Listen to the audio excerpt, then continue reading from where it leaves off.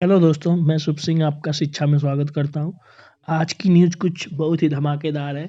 India ने beat कर दिया ऑटोमोबाइल सेक्टर में जापान का और India third largest car market बन गया इन दिस वर्ल्ड। ये इससे अच्छी न्यूज़ कुछ हमारे लिए नहीं हो सकती जो है, क्योंकि इंडिया को इम्पैक्ट जियोपॉलिटिकली तरह से हमारे देश में देखा जाए तो हमारे देश में काफ़ी ज़्यादा धीरे-धीरे ग्रोथ काफ़ी तरक्की पे चल रही है। इसकी वजह से भी काफ़ी ज़्यादा आजकल के न्यूज़पेपर में देखिए, आर्टिकल में देखिए, हर जगह यही न्यूज़ छाई हुई है कि India beat the Japan to become the third largest automobile sector, जो कि यूएस चाइना के बाद जो है तीसरा नंबर पे है इंडिया जो है, उसके बाद जापान चौथे नंबर पे है। तो जापान को बीट करके इंडिया ऑटोमोबाइल सेक्टर में ही बहुत आगे निकल गया। हर जगह देखिए न्यूज़पेपर में और मैगजीन में यही न्यूज़ छाई हुई है। तो इसका इम्पैक्ट जानते हैं कि क्या हो सकता है, ग्लोबली क्या हो सकता है, इंडिया के इकोनॉमी की सिचुएशन पे क्या हो सकता है, इसका इम्पैक्ट क्या पड़ेगा, इंडिया के ऊपर क्या है, अदर देश के ऊपर इसका इम्पैक्ट क्या पड़ेगा जो है। तो हम आपको आज इसके बारे में जानकारी देंगे। इसका हमारे मिनिस्टर साहब भी अभी कुछ दिन पहले ही जो है, हमारे मिनिस्टर ने बताया था कि जापान को बीट करके इंडिया थर्ड बन चुका है और लगभग 2022 में ही हम लोग 50 लाख गाड़ियां जो है, मतलब ऑटोमोबाइल सेक्टर का मतलब है कि एक तरीके से जनरली कार के बारे में ही मैं बता रहा हूँ कि अभी हमारे मिनिस्टर साहब पीयूष गोयल जो उन्होंने बताया कि 2023 में जो लगभग लगभग हम लोग बीट कर जाएंगे। स्टार्टिंग तो फेज हो चुका है, 2022 के लास्ट तक हम लोग लगभग 50 लाख गाड़ियां बेच चुके होंगे इंडिया में। तो ये हमारे लिए बहुत ही गर्व की बात है कि हमारा ऑटोमोबाइल सेक्टर धीरे-धीरे ग्रो कर रहा है, क्योंकि जहाँ पे ऑटोमोबाइल सेक्टर ग्रो कर रहा है, वहाँ पे देश की इकोनॉमी भी ग्रो करेगी। क्योंकि आपको लगता है कि एक तरीके से हम लोग लिंकेज है, कनेक्टिविटी सारी बनी हुई है। ग्लोबली कार ऑटोमोबाइल मार्केट में सेल्स इंडस्ट्री बढ़ गया है, क्योंकि इसकी वजह से कार तो बिकती हैं, कार से रिलेटेड जो हमारे देश में अदर सारी भी हैं, जैसे कि कार में टायर का यूज़ होता है, शीशे का यूज़ होता है, असेंबली जो होती है, इम्पैक्ट हर सेक्टर में पड़ता है। तो इसकी वजह से जो है कि टायर की भी बिक्री होगी, कार की भी बिक्री होगी, उसके जो पार्ट्स होते हैं, जैसे कार में यूज़ होता है स्टील, टायर, शीशा और सारे पार्ट्स होते हैं, तो अदर अदर कंपनियाँ इसको बनाती हैं। तो उसमें जॉब की ज़्यादातर रिस्पॉन्सिबिलिटी होती है कि ज़्यादातर लोगों को इंडिया में जॉब मिले। कार सेक्टर तो एक ऑटोमोबाइल सेक्टर तो जॉब डायरेक्टली देता है, इनडायरेक्टली जो है ये सब भी सेक्टर धीरे-धीरे इसमें इन्वॉल्व हैं। तो हमारी इंडस्ट्री लगभग 2023 तक 3.8 ट्रिलियन डॉलर ऑटोमोबाइल सेल कर ली। ग्लोबली बता रहा हूँ मैं कि अभी तक ये न्यूज़पेपर में है कि 2023 तक हम लोग 3.8 ट्रिलियन डॉलर जो है इंडिया की ऑटोमोबाइल सेक्टर की इंडस्ट्री हो जाएगी। तो इसकी वजह से ऑटोमोबाइल सेक्टर में 3.8 ट्रिलियन मार्केट इसका बन जाएगा और ग्लोबली इसका इम्पैक्ट सबसे ज़्यादा पड़ेगा, क्योंकि आने वाले समय में जो है electric car, global hybrid car, इस तरीके से जो है कार पेट्रोल पे हम लोग की पूरी तरह से पेट्रोल और डीजल पे निर्भर नहीं रहना चाहते, क्योंकि इसकी वजह से इम्पैक्ट इन्वायरमेंट पे काफ़ी ज़्यादा हानिकारक पड़ता है और इससे रिलेटेड हेल्थ इशू भी लोगों को आते हैं, तो प्रॉब्लम काफ़ी ज़्यादा बढ़ जाती है। तो हमारे देश में हमारे प्रयास हो रहा है कि इलेक्ट्रिक व्हीकल पे ज़्यादातर फोकस किया जाए, हाइब्रिड कार पे फोकस किया जाए। इसी में जो है हमारा देश काफ़ी आगे बढ़ रहा है। अभी कुछ दिन पहले की बात है कि ऑटोमोबाइल सेक्टर में ग्रो काफ़ी तेज़ी से, तो हमारे जो नितिन गडकरी साहब हैं, उन्होंने भी बताया था कि 2024 में आते-आते लगभग हम लोग इसका दुगना हो जाएँगे। 2024 तक जो इंडियन ऑटोमोबाइल सेक्टर वो डबल हो जाएगा, जो ग्रोथ कर रहा है लगभग 180 बिलियन डॉलर, मतलब उम, 15 ट्रिलियन के लगभग बराबर ये जो है, हम लोग का ग्रो काफ़ी ऊपर चला जाएगा। इससे हमारे जॉब सेक्टर में काफ़ी ज़्यादा ग्रोथ होंगी, जिससे हमारे अपॉर्चुनिटी बढ़ जाएगी, लोगों को जॉब मिलना शुरू हो जाएगा। भारत की अर्थव्यवस्था चलने के धीरे-धीरे ये काफ़ी तेज़ी से ग्रो कर रही है। तो हाँ, कि इंडिया में काफ़ी ज़्यादा मात्रा में कार लेने वाले कस्टमर तो बहुत लोग हैं, लेकिन उस हिसाब से गवर्नमेंट प्रयास कर रही है कि आजकल इंडिया में लोगों के पास पैसे भी आ गए हैं, क्योंकि आज के समय में क्या है कि लोगों को लग्ज़रियस लाइफ़ जीने का, एक नॉर्मल व्यक्ति है तो उसको एक कार की ज़रूरत तो नॉर्मली पड़ जाती है कि मेरे यहाँ कार हो तो मेरी सोसाइटी में एक लेवल बन जाता है, जिसकी वजह से लोगों को लगता है कि कार घर पे होनी काफ़ी इम्पोर्टेंट है।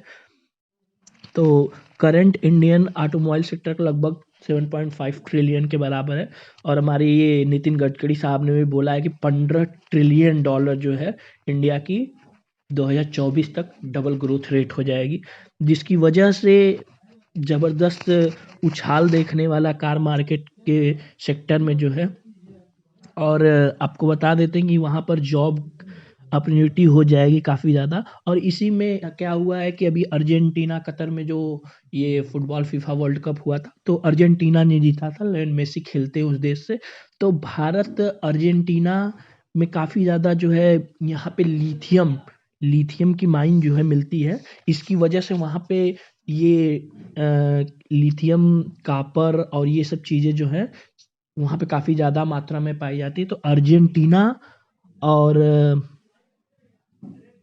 ग्लोबली वार्मिंग रिस्पॉन्सिबिलिटी मिलती है, लिथियम टेंगल बनता है, मतलब अर्जेंटीना और चिली बोलीविया के बीच जो है एक टेंगल टाइप का बनता है, यहाँ पे लिथियम की बहुत ज़्यादा ही मात्रा में वहाँ पे पाई जाती है लिथियम। अभी इसी में कुछ दिन पहले ही अभी इंडिया की न्यूज़ में आया था कि वहाँ पे ऑस्ट्रेलिया, यूएस हर देश वहाँ पे लगे हुए हैं कि लिथियम की खोज। लेकिन अभी इंडिया का जैकपॉट लगा है कि वहाँ पे इंडिया ने लिथियम आयन और कॉपर की 2 लिथियम और 1 कॉपर माइन को वहाँ पे खोज निकाला है। ये इंडिया के लिए काफ़ी अच्छी और ज़बरदस्त बात है कि धीरे-धीरे जो हम लोग प्रयास कर रहे हैं आगे इलेक्ट्रिक व्हीकल पे शिफ्ट करने के लिए, इसमें बहुत बड़ा कदम है। अब इंडियन गवर्नमेंट जो है अर्जेंटीना से बात करके वहाँ पे उस माइन को लीज़ पे लेने वाली, लीज़ पे लेके वहाँ से हम लोग लिथियम को निकालेंगे और अपने यहाँ प्रोटेक्ट करके उसकी बैटरी में इन्वॉल्व करेंगे, जिससे हमारे यहाँ इलेक्ट्रिक व्हीकल की ज़्यादा से संभावनाएँ बढ़ जाएँगी। और हम लोग क्या कर सकते हैं कि आने वाले समय में इसको बना के हम लोग एक्सपोर्ट भी कर सकते हैं। कार बना के आने वाले समय में आप देखेंगे कि इंडिया काफ़ी ज़्यादा ग्रोथ, हमारे नितिन गडकरी साहब क्यों बोल रहे हैं कि 2024 तक हमारा डबल हो जाएगा। इसलिए बोल रहे हैं क्योंकि वहाँ पे उनको लिथियम आयन की मिल चुका है। लिथियम आयन से हमारी बैटरी इन्वॉल्व होगी, बैटरी बनेगी क्योंकि इलेक्ट्रिक व्हीकल लिथियम आयन पे ही चलने वाली है। तो आने वाले समय में काफ़ी ज़्यादा ग्रोथ हम लोग कर सकते हैं। लिथियम आयन से बैटरी बन जाएगी तो हम लोग कार मैन्युफैक्चरिंग करके यहाँ से हम लोग बाहर देशों में सप्लाई कर सकते हैं। ये इंडिया के लिए सबसे ज़्यादा फ़ायदेमंद, अभी तक तो इंडिया में टाटा हो गए, महिंद्रा हो गए, इन लोग को ग्रो का काफ़ी ज़्यादा चांसेस हैं जो है। इसकी वजह से बाहरी जो गाड़ियाँ हैं इनके ऊपर टैक्स भी इंडिया में काफ़ी ज़्यादा लगता है, जैसे टोयोटा हो गए, ये सब हो गए। तो इन सब गाड़ियों पे टैक्स काफ़ी ज़्यादा लगता है। लेकिन अभी महिंद्रा और टाटा इन लोग को ग्रो करने का काफ़ी अच्छा चांसेस है कि ये इंडिया में यदि लिथियम आयन बैटरी पे लोग ज़्यादातर प्रयास करते हैं तो यहाँ से गाड़ियाँ बना के हम लोग एक्सपोर्ट कर सकते हैं काफ़ी ज़्यादा मात्रा में, और वहाँ से जनरेट होगा रेवेन्यू, और रेवेन्यू से इंडिया की और ज़्यादा इकोनॉमी काफ़ी अच्छे मात्रा में पहुँच जाएगी। और आने वाले समय में देखते हैं कि हम लोग इकोनॉमिकली जो है, मतलब नॉमिनल जीडीपी में हम लोग 5वें स्थान पे हैं।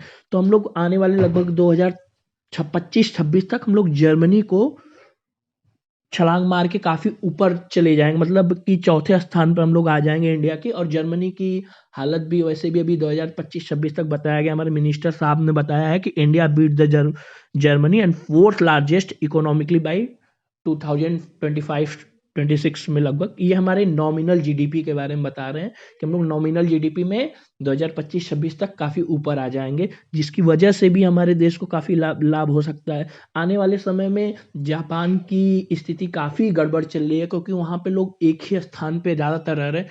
टोक्यो में रहते हैं जापान की राजधानी, वहाँ टोक्यो को छोड़ना नहीं चाहते हैं। वहाँ की गवर्नमेंट जो है इनको छोड़ने के लिए लगभग 1 मिलियन एन वहाँ की वो रुपीज़ में, मतलब है जैसे इंडियन रुपीज़ है, वहाँ की करेंसी एन है, मतलब कि लगभग आपका 6 से 7 लाख रुपए उनको दे रही है कि आप लोग टोक्यो छोड़ के कहीं दूसरे जगह सिटी में जाके वहाँ का इकोनॉमिक डेवलप करें। वहाँ पे लोग शादी भी नहीं कर रहे हैं, जिसकी वजह से वहाँ की पॉपुलेशन धीरे-धीरे एज सबका बढ़ता जा रहा है। इसकी वजह से भी काफ़ी ज़्यादा प्रॉब्लम हो रही है वहाँ पे।